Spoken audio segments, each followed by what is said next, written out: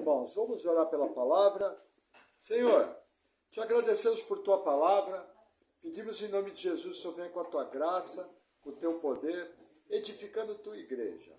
Amém. Amém, irmãos. Estamos avançando pelo livro do profeta Malaquias e hoje nós vamos adentrar o capítulo 3. Qual é a retórica de Malaquias? É Deus falando com o povo.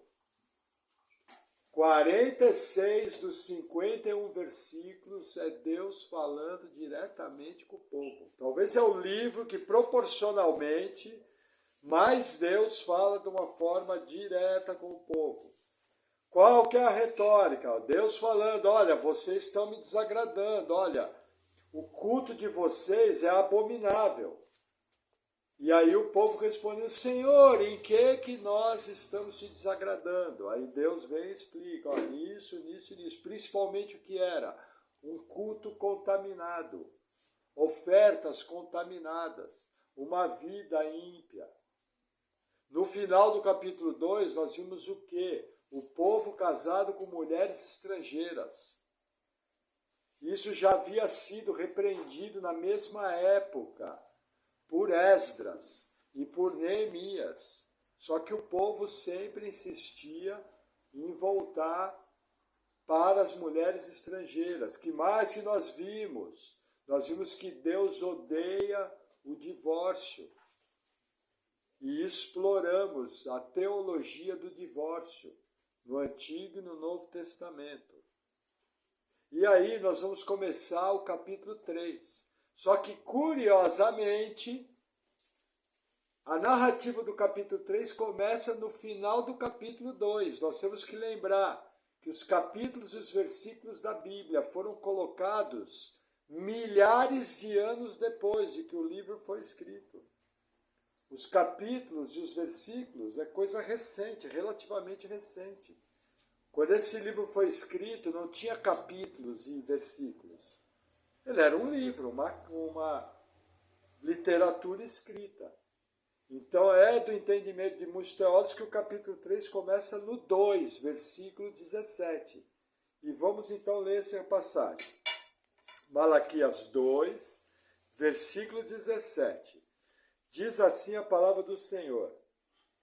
Enfadais ao Senhor com vossas palavras, e ainda dizeis, em que o enfadamos?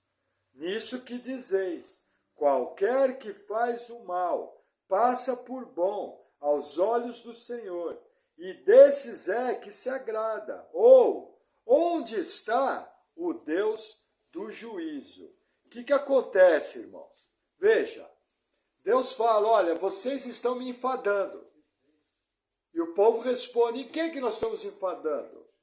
Aí Deus responde para o povo, olha, todas as vezes em que vocês dizem que eu não vejo mal. Em todas as vezes que vocês dizem que eu não venho com meu juízo. O que era o enfado do povo? O povo estava numa situação difícil, debaixo da dominação persa. Os impostos do governo persa eram altíssimos. Vimos Jerusalém não estava totalmente povoada. Estava havendo uma reconstrução da economia. E aí o povo vinha com aquela pergunta que assola o povo de Deus até hoje. Por que prosperam os ímpios? Essa é uma pergunta que até hoje assola o povo de Deus. Eu conheço muita gente ímpia, que vive uma vida boa, muito dinheiro no bolso, saúde para dar e vender. E muitos vão morrer numa vida confortável. Nem vai morrer de uma doença tão grave. Nem vai acontecer nenhuma tragédia na sua família. E aí a pergunta, onde está o Deus do juízo? Concordo que essa pergunta está até hoje. E veja que interessante, era uma retórica tão presente do povo, que no próprio capítulo 3, vamos ler o versículo 14 e 15. Novamente Deus falando, Malaquias 3, 14 e 15. Vós tendes dito, inútil é servir a Deus, que nos aproveita termos cuidado em guardar os seus preceitos e em andar de luto diante do Senhor dos Exércitos. Aí vem aquela pergunta, peraí, se o ímpio prospera, se vai tudo bem com o ímpio, em que adianta servir a Deus? Irmãos, essa pergunta acontece até hoje, no meio do povo de Deus. Isso é algo que nós temos que lidar. Isso é algo que o Senhor nos responde na sua própria palavra. Isso é algo que o Senhor vai nos responder mais à frente. Mas é uma verdade. Veja, livro de Eclesiastes. O pregador diz o seguinte, olha, o mal ocorre tanto ao bom como ao ruim. O bem também ocorre na casa do ímpio e na casa do crente.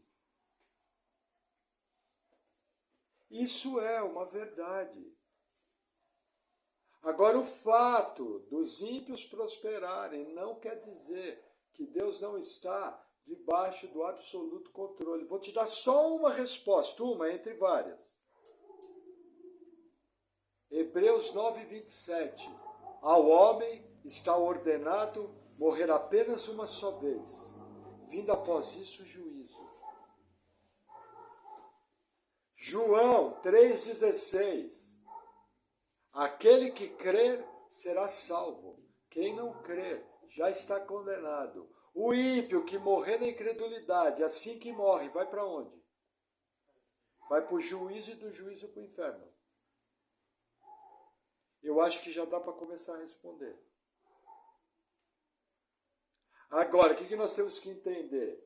No povo da antiga aliança, as promessas eram de vitória, as promessas eram de terra, as promessas eram de abundância, as promessas eram de muitos filhos. Então, para esse povo aqui de Malaquias, o fato do ímpio prosperar pesa mais ainda. Senhor, onde está a tua mão? Nós não temos nem rei. Nosso rei é um pagão. E olha, nós só voltamos para a terra aqui porque o Senhor inclinou o coração dele para que ele deixasse. Aí vou aumentar a oração, eu estou falando, não a Bíblia. Inclusive a grana, Senhor, para nós podermos voltar, foi ele que deu, esse rei ímpio. Só que a gente vai no palácio dele e está cheio de ouro, está cheio de comida boa, está cheio de bebida boa. Inclusive, Senhor, o governador que o Senhor mandou para trazer o povo de volta é funcionário dele. Que é Neemias. Percebe por onde podia caminhar a oração do povo? Agora é lógico, em dias do Novo Testamento, as promessas são espirituais. Deus promete apenas cuidar do nosso bem-estar. Mas juntamente do nosso bem-estar, ele promete dias ruins. Juntamente com o nosso bem-estar, ele promete aflições. Mas principalmente nos dias do Novo Testamento, a principal promessa, estarei convosco até a consumação dos séculos. Aleluia! Percebe que o evangelho, o falso evangelho que é pregado por aí, o evangelho da Disneylândia, o evangelho do Beto Carreiro World, é uma mentira. Não existe. Basta ver o nosso dia a dia, as lutas, as dificuldades. Agora, meu irmão, a paz que transcende todo entendimento que só Jesus pode dar. O mundo está desabando à sua volta. Mas o Senhor que habita em você te dá paz. Isso não tem preço. Porque o incrédulo não tem paz. Ele tem a máximo momentos de uma falsa paz. Ainda mais se nós levarmos em consideração que ele foi criado para louvar a Deus, mas o espírito dele está morto. E não existe nada de Deus na vida dele.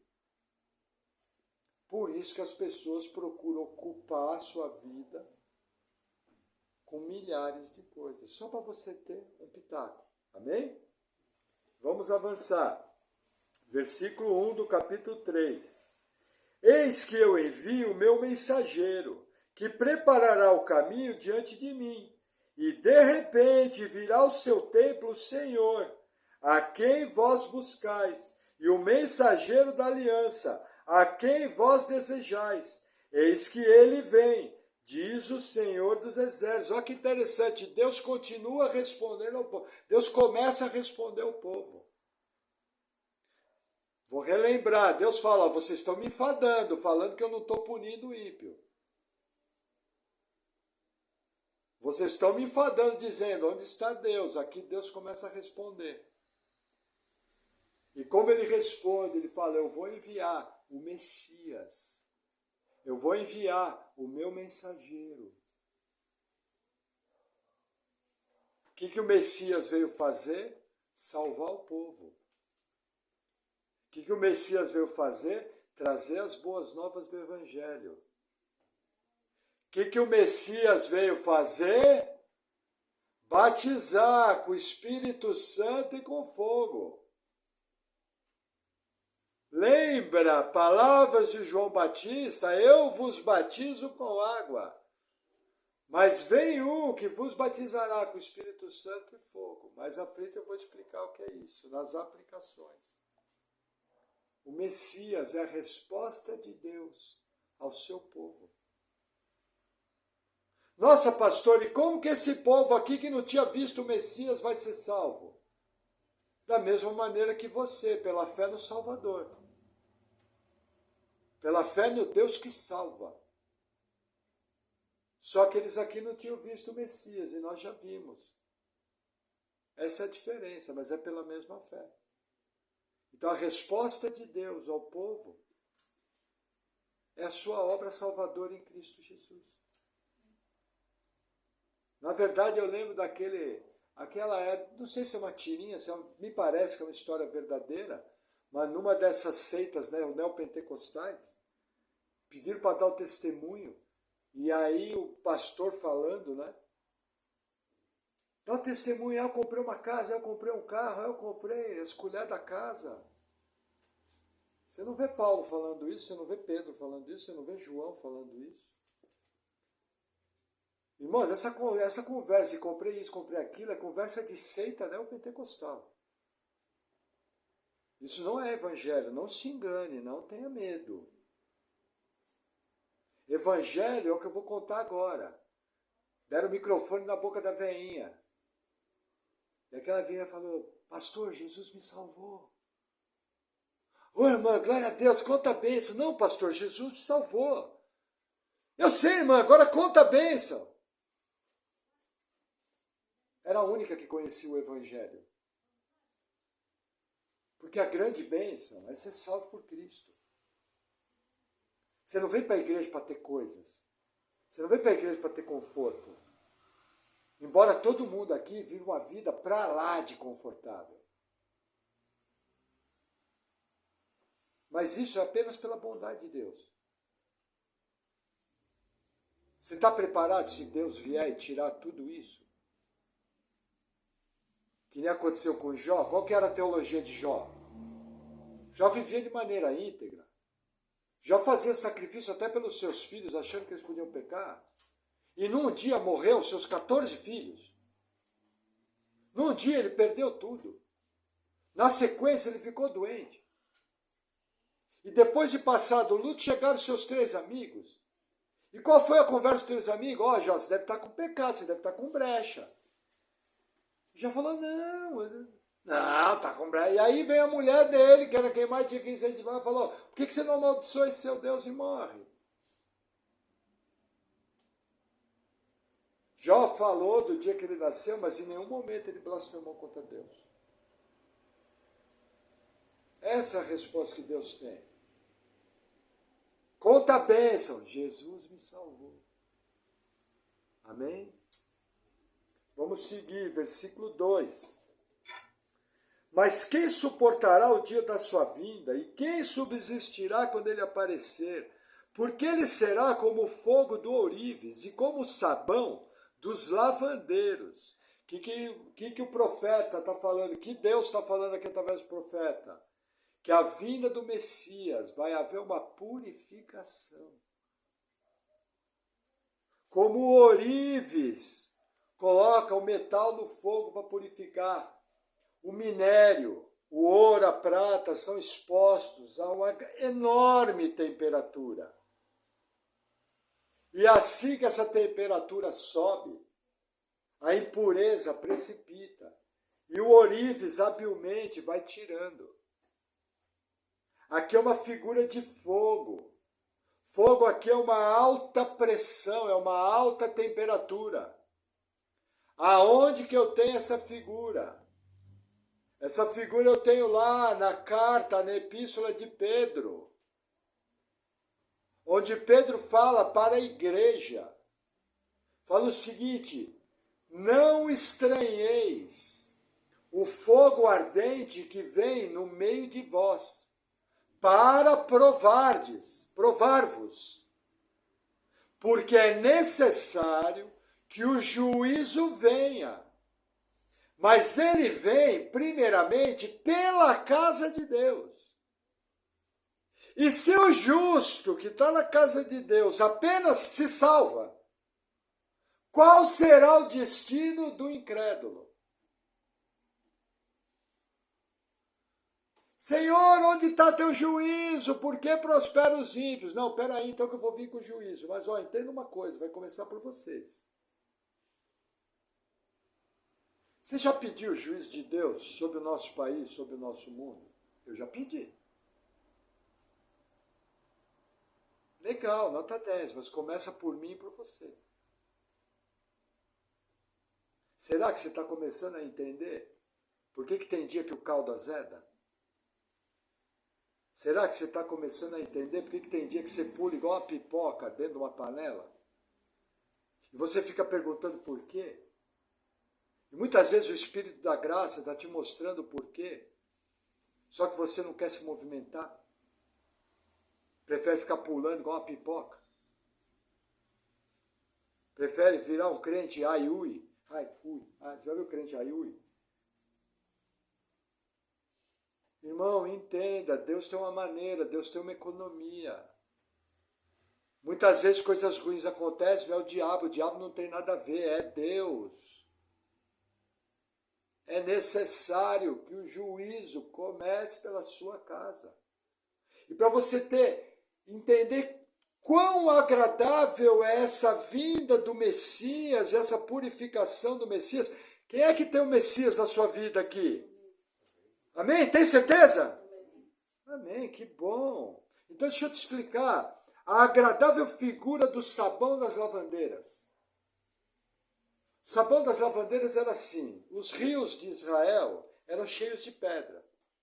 E não havia sabão homo. Como é que era o sabão das lavandeiras? As mulheres iam para a beira do rio, pegavam aquela roupa de deserto. Roupa de deserto deve ser uma roupa bem agradável, né?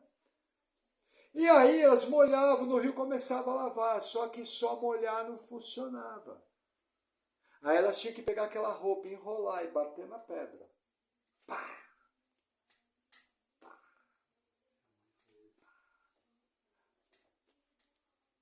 Lembra, vós sois a minha noiva, estou preparando uma noiva, uma esposa, virgem e pura, com vestes brancas. Primeira carta de Paulo a Coríntios. Quem é essa noiva? Sua igreja. Como é que Deus lava a roupa?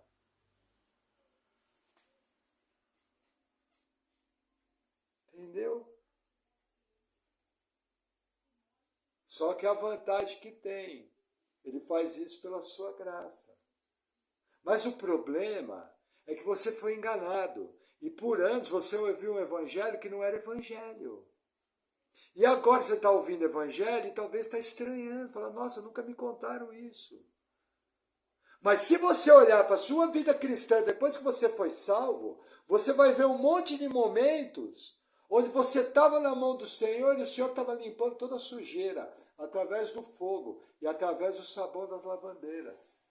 Porque Ele é Deus, porque Ele é bom, Ele sabe como lidar. E Ele está nos preparando como uma esposa pura, ataviada, para se juntar com o Senhor. Isso explica tudo. A questão é que a sua visão do Evangelho estava errada. Agora, olha para trás para a sua vida. Você vai ver exatamente isso que eu estou te descrevendo. Porque é isso que a Bíblia ensina. Amém? Versículo 3. E assentar-se-á como fundidor e purificador de prata, e purificará os filhos de Levi, e os refinará como ouro e como a prata. Então ao Senhor trarão oferta de justiça. Olha que interessante. Deus começa pelos filhos de Levi. Quem são os filhos de Levi? Os sacerdotes. Quem são os sacerdotes da nova aliança? Alguém pode me ajudar? A igreja, nós. É necessário que o fogo comece pela casa do Senhor. Povo eleito, nação santa, sacerdócio real. Povo de propriedade exclusiva do Senhor. Quem aqui é do Senhor? Que bom, né? Quem é filho de Deus? Amém. Glória a Deus. Irmãos, não estou falando isso para você ficar com medo, porque olha, na boa, hein, vou falar por mim. Se Deus fosse dar o que eu merecia, eu já não estava sentado aqui. Entendeu? Nós somos tão pecadores, nós somos tão corrompidos. Nossos pensamentos são tão distorcidos. O problema é que eu acho que pecado é apenas explodir em ônibus de criança. Entendeu? Só que pecado é muito mais. Irmão, um pensamento errado, já estou pecando. E não adianta mudar o nome, pecado é pecado. Nossas atitudes são contaminadas. Já pensou se Deus fosse lidar com o cálice de justiça para valer conosco? Aonde que nós estaríamos? Mas Ele é bom, Ele é Pai. Ele dá uma apertadinha aqui, dá um refrigério lá, dá uma apertada aqui, dá um refrigério lá, derrama mais graça. O Espírito Santo opera, as circunstâncias operam, segundo a providência de Deus. Ele vai agindo. E eu vou caminhando, e de glória em glória vou sendo transformado. A imagem de Jesus Cristo, que é esse o alvo. Prossigo para o alvo, a soberana vocação em Cristo Jesus. Palavra do apóstolo Paulo. O próprio apóstolo Paulo estava prosseguindo para o alvo, que era se tornar parecido com Cristo. Amém? Versículo 4. E a oferta de Judá e Jerusalém será agradável ao Senhor, como nos dias antigos e como nos primeiros anos. Aí o que Deus está falando? Olha, vocês vão começar a trazer oferta decente. Vocês vão começar a fazer o que é certo. Lembra que eles levavam oferta errada? Deus está falando da restauração. Versículo 5. E chegar-me-ei a vós para juízo, e serei uma testemunha veloz contra os feiticeiros, contra os adúlteros, contra os que juram falsamente, contra os que defraudam o diarista em seu salário, e a viúva, e o órfão, e que pervertem o direito do estrangeiro, e não me temem, diz o Senhor dos Exércitos, porque eu, o Senhor, não mudo. Por isso, vós, ó filhos de Jacó, não sois consumidos. Olha que interessante aqui. Deus promete primeiro uma coisa. Eu me chegarei a vós com juízo. Essa é a promessa. Lembra que o contexto é da vinda do Messias. Também é válido. Juízo contra quem? Contra o feiticeiro. Ah, pastor, mas eu não sou feiticeiro. Lembra que eu falei que a rebeldia é como o pecado da feitiçaria? E cada vez que você vê um trecho na Bíblia, e você aprende uma verdade bíblica, e não tem a menor intenção de encostar um dedo naquela verdade, você está sendo rebelde. Sabe quando o pastor prega e você faz assim? Mas isso aqui é para o irmão do lado? Nossa, que palavra, hein? Aquele irmão que precisava ouvir essa palavra não veio hoje. Gente, isso é rebeldia. Se você sabe que não pode fazer e nem luta contra aquilo, você é acendedor de vela nas encruzilhadas. Percebe? E ele traz uma lista aqui, os que juram falsamente. Senhor, eu me comprometo que agora eu vou andar firme com o Senhor. Aí falta 4 cultos seguidos. Porra, suas promessas são boas, hein? São bem confiáveis. Não, eu a partir de agora vou respeitar meu marido. E na primeira furo do marido, você já sai berrando com ele. Não, agora eu vou amar minha esposa. E a coitada da esposa tem que aguentar suas chatices. Chatice gospel, lógico. Afinal, a gente carrega a Bíblia e canta hino, né? Mas é uma chatice evangélica. Mas é chatice. Sem contar os demais. Estou usando marido e mulher, porque a maioria que é casada é mais fácil de lembrar, porque, gente, dá boa, né? Tribulação, 2 pecadores vivendo juntos no mesmo teto. Qual é o nome disso? Casamento, mas tem um segundo nome, tribulação. Só pela graça. Só pela graça.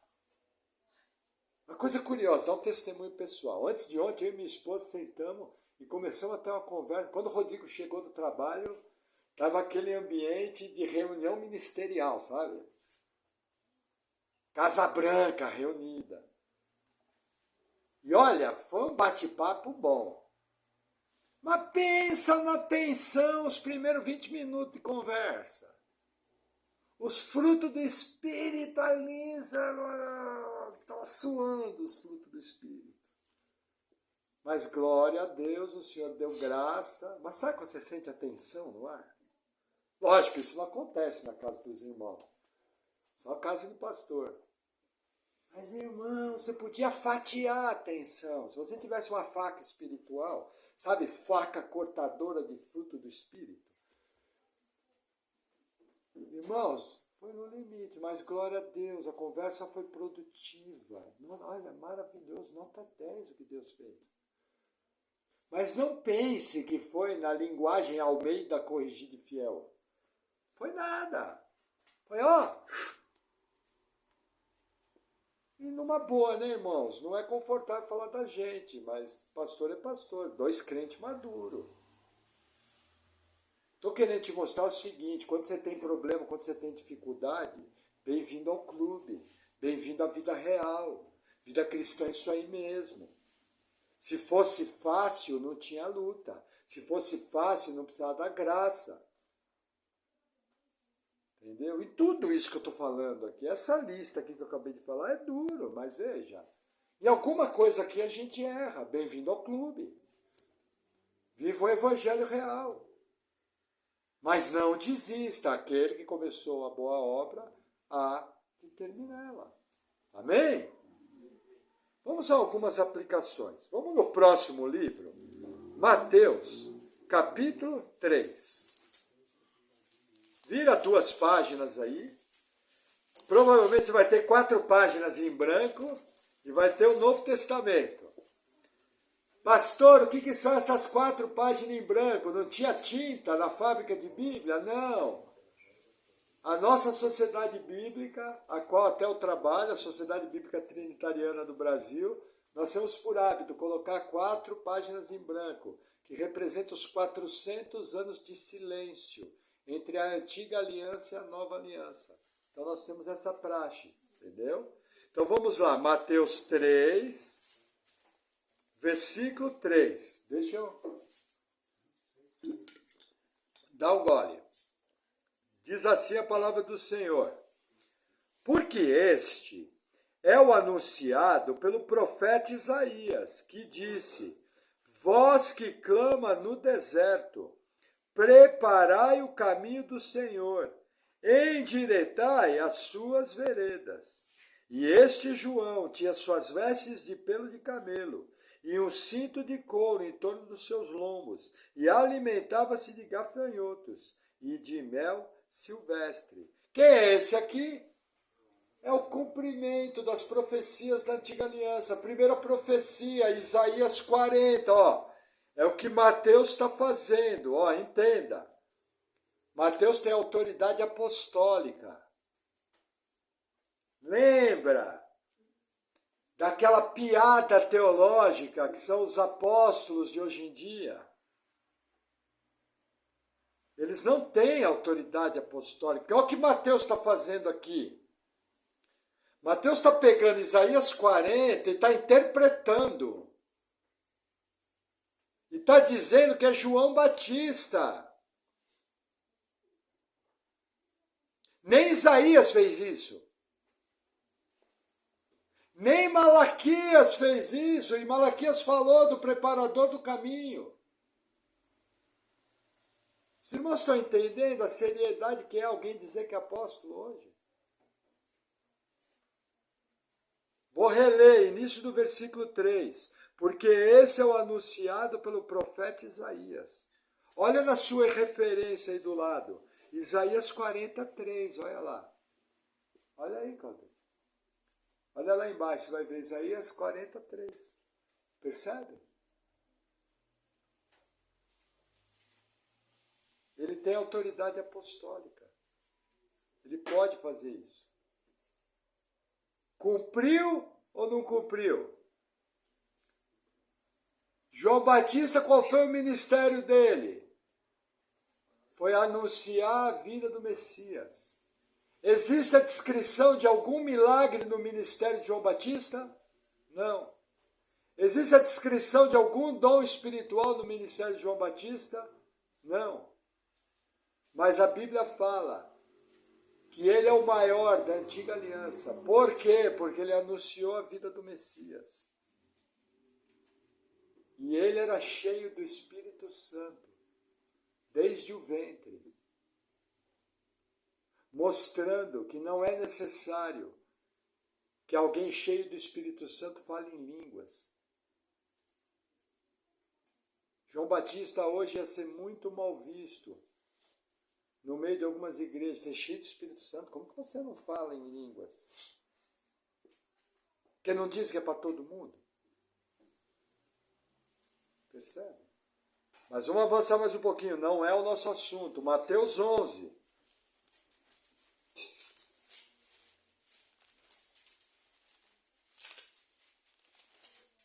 Versículo 14. Ó, vamos lá, vamos ler do 12. Melhor. E desde os dias de João o Batista até agora, se faz violência ao reino dos céus, e pela força se apoderam dele. Porque todos os profetas e a lei profetizaram até João. Vou fazer uma pausa aqui. Teve profeta até quando? Até João. Porque são fundamento, profetas infalíveis. Não existem mais profetas hoje. Edificados sob o fundamento de apóstolos e profetas. O que existe hoje?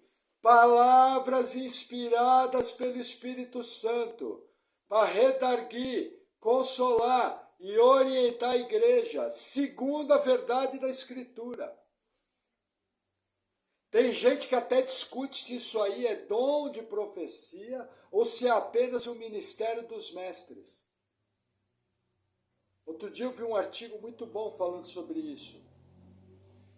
E era bem coerente. O camarada discutia, falou, será que isso aqui é dom de profecia? Ou é apenas o ministério dos mestres? Eu até fiquei pensativo. Vou estudar mais o assunto. Porque o ministério dos mestres é exortar, redarguir, consolar, segundo a verdade da Escritura, senão ele não é mestre. Entendeu? Mas o ponto aqui é que foi profetizada a base até João. E aí nós tivemos, na plantação da igreja, aqueles profetas como Judas, como Ágabo, como Silas, como a base da igreja em Antioquia. Entendeu? Nicolau, Menahem, alguns outros que tinham que eu não me lembro o nome, mas é a base. Por que não existem mais profetas? Porque os profetas são infalíveis. 100% do que eles falavam cumpriu 100%, literalmente. Hoje em dia, esses que se dizem profetas são 100% infalíveis? A resposta é não. Então não são profetas. Não é porque eu sou chato, é porque a Bíblia diz. Agora, que dá mó ibope eu falar, olha, quando o profeta falar, vocês ouvem. Ei, irmão, o profeta já falou, é só ler. E os irmãos sabem que eu creio nos dons, mas de maneira bíblica, segura, sem folclore. Amém? Versículo 14, continua Jesus falando, e se quereis dar crédito, é este o Elias que havia de vir. O que Jesus, o Messias, fala? Que João Batista era o Elias, é um substantivo, não está dizendo que João Batista é Elias. Ele é o Elias. Como é que Elias se vestia? Pelo de camelo e cinto de couro. O que Elias comeu muito tempo? Gafanhoto e mel. Como é que João Batista se vestia? Pelos de camelo e cinto de couro. O que João Batista comia? Gafanhoto e mel. Qual era a pregação de Elias? Arrependei-vos, ó Israel. Qual era a pregação de João Batista? Arrependei-vos. No outro texto, o texto fala que João veio no espírito de Elias. Qual era o espírito de Elias? Pregação de santidade, pregação de arrependimento. Por que isso é importante? Porque os espíritas, que são uma seita terrível, irmãos, espíritas negam que Cristo ressuscitou. Pastor, eles usam parte da Bíblia. Até os testemunhos de Jeová, que é outra seita horrível, usa parte da Bíblia. O fato de usar parte da Bíblia não quer dizer nada. Imagina, os caras negam a ressurreição de Cristo. Olha o absurdo. Para eles, Jesus não é Deus. O que eles vão falar? Que existe reencarnação na Bíblia. E eles vão usar João Batista. Aí o crente que não conhece Bíblia começa a gaguejar. Fala, não.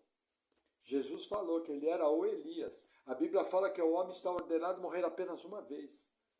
Isso que você está falando é uma mentira bíblica. Você é um herege. E vou te falar, você vai queimar no fogo do inferno se você continuar falando isso aí. Fica ligeiro. Você está falando coisa muito certa, séria. Você está dizendo que o nosso Deus, Jesus Cristo, não é Deus e não ressuscitou. Lógico que eu estou falando isso de uma maneira, com uma ênfase maior aqui, que estou no fervor da pregação. Talvez você vai falar isso de maneira mais branda, ou não. Deixa Deus te usar. Mas percebe a seriedade como eu preciso? João é o Elias.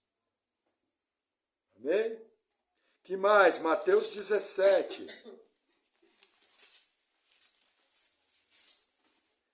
Versículo 10. Diz assim: E os seus discípulos o interrogaram, dizendo: Por que dizem então os escribas que é mister que Elias venha primeiro? E Jesus respondendo disse-lhes: Em verdade, Elias virá primeiro e restaurará todas as coisas. Mas digo-vos que Elias já veio e não o conheceram, mas fizeram-lhe tudo o que quiseram. Assim farão eles também padecer o Filho do Homem. Então entenderam os discípulos que lhes falara de João, o Batista. Percebe? Aqui eu passo a ter uma doutrina bíblica. Eu tenho dois textos falados pelo próprio Cristo de que João é o Elias que tinha que vir. confirmando o quê? A profecia de Malaquias. Malaquias é profeta ou não é? Agora veja que interessante. Esses textos do Elias cumpriram a profecia completa? Não, ainda falta. Lembra do sabão? Lembra do fogo? Juízo pela casa de Deus, lembra? Vamos voltar, Evangelho de Mateus, capítulo 3.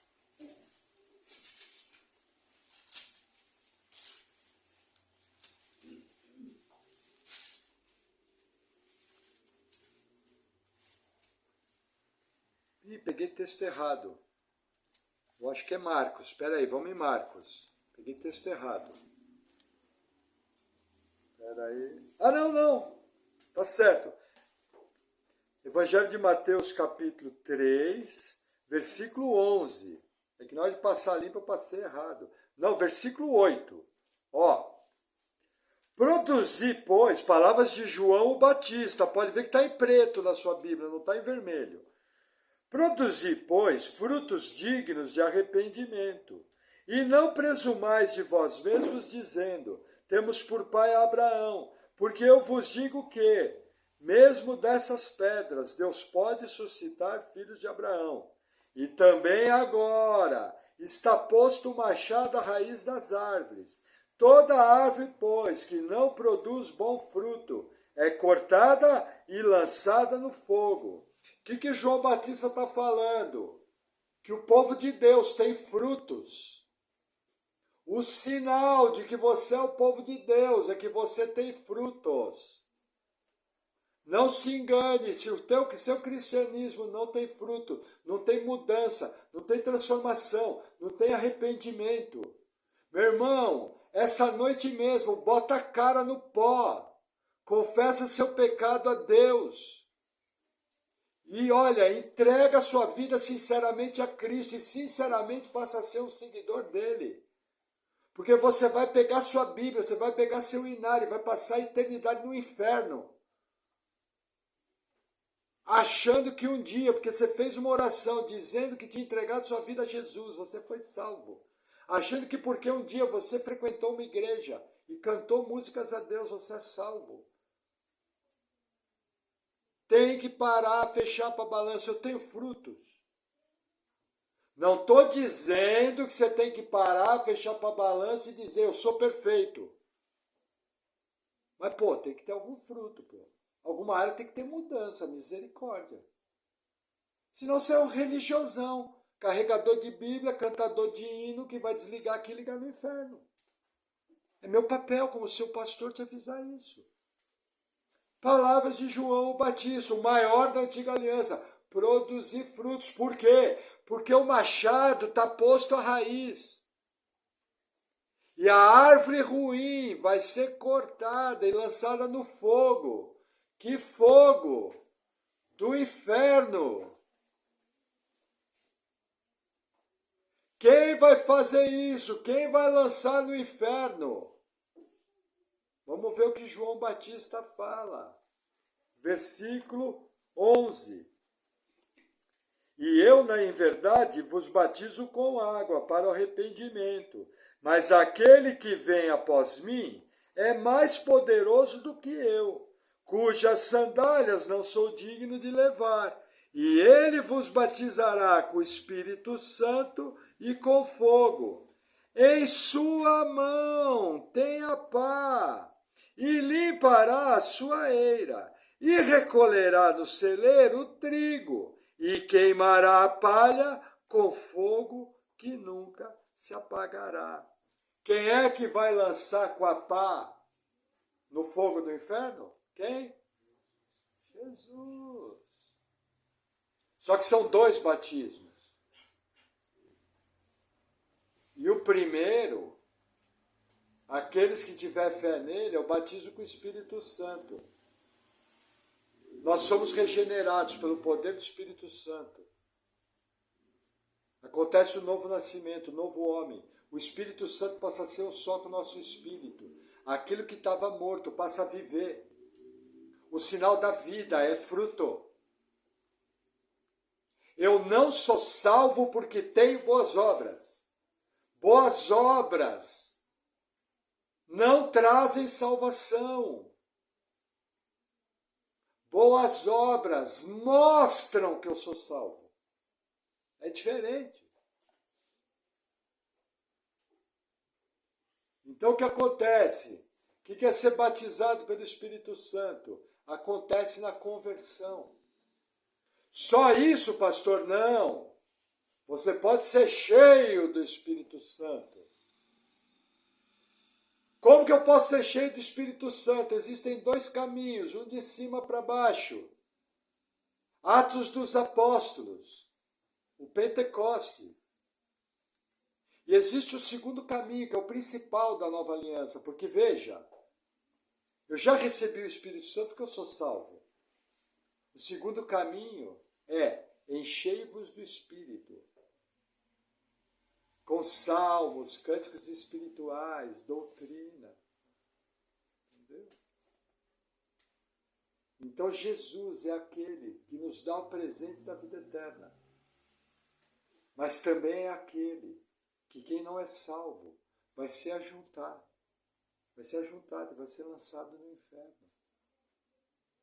O João Batista é mentiroso. Quem é que está com a pá na mão? Quem é que junta a palha para lançar no fogo? Quem é que vem após Jesus, João Batista?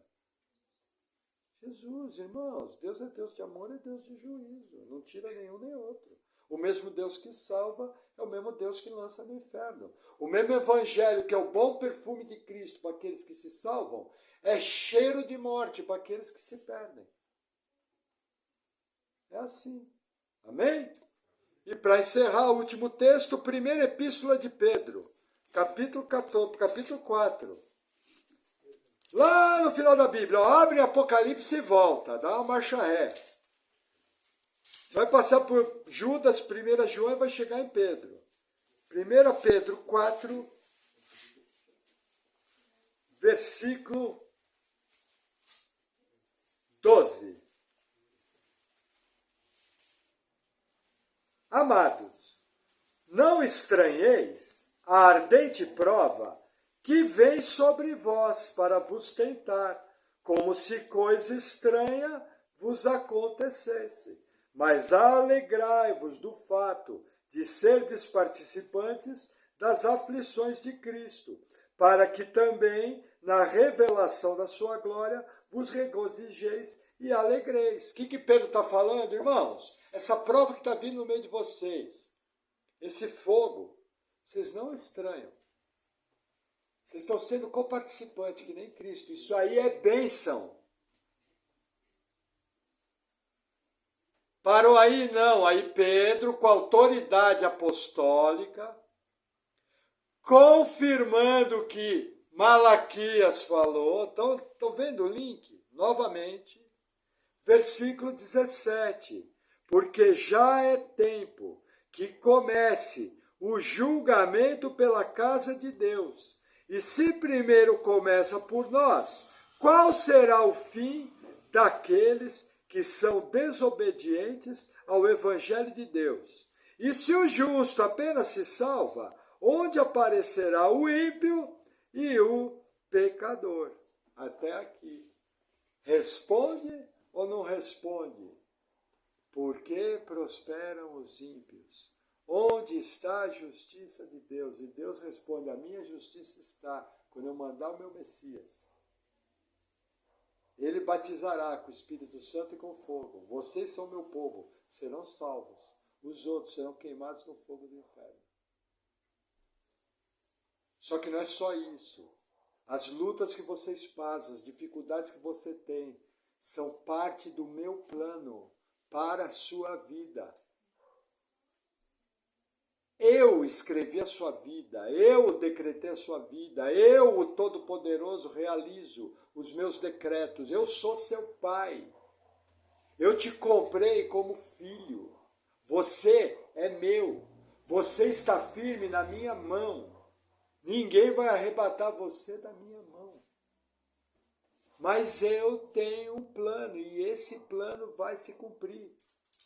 Porque tudo aquilo que eu quero, eu faço. Eu sou Deus e não há outro.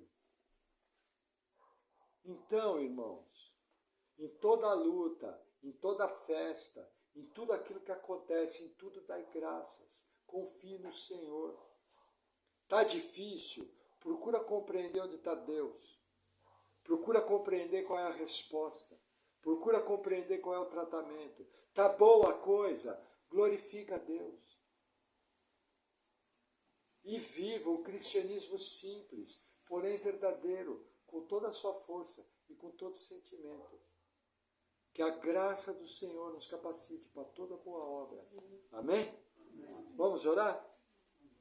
Glória a Deus.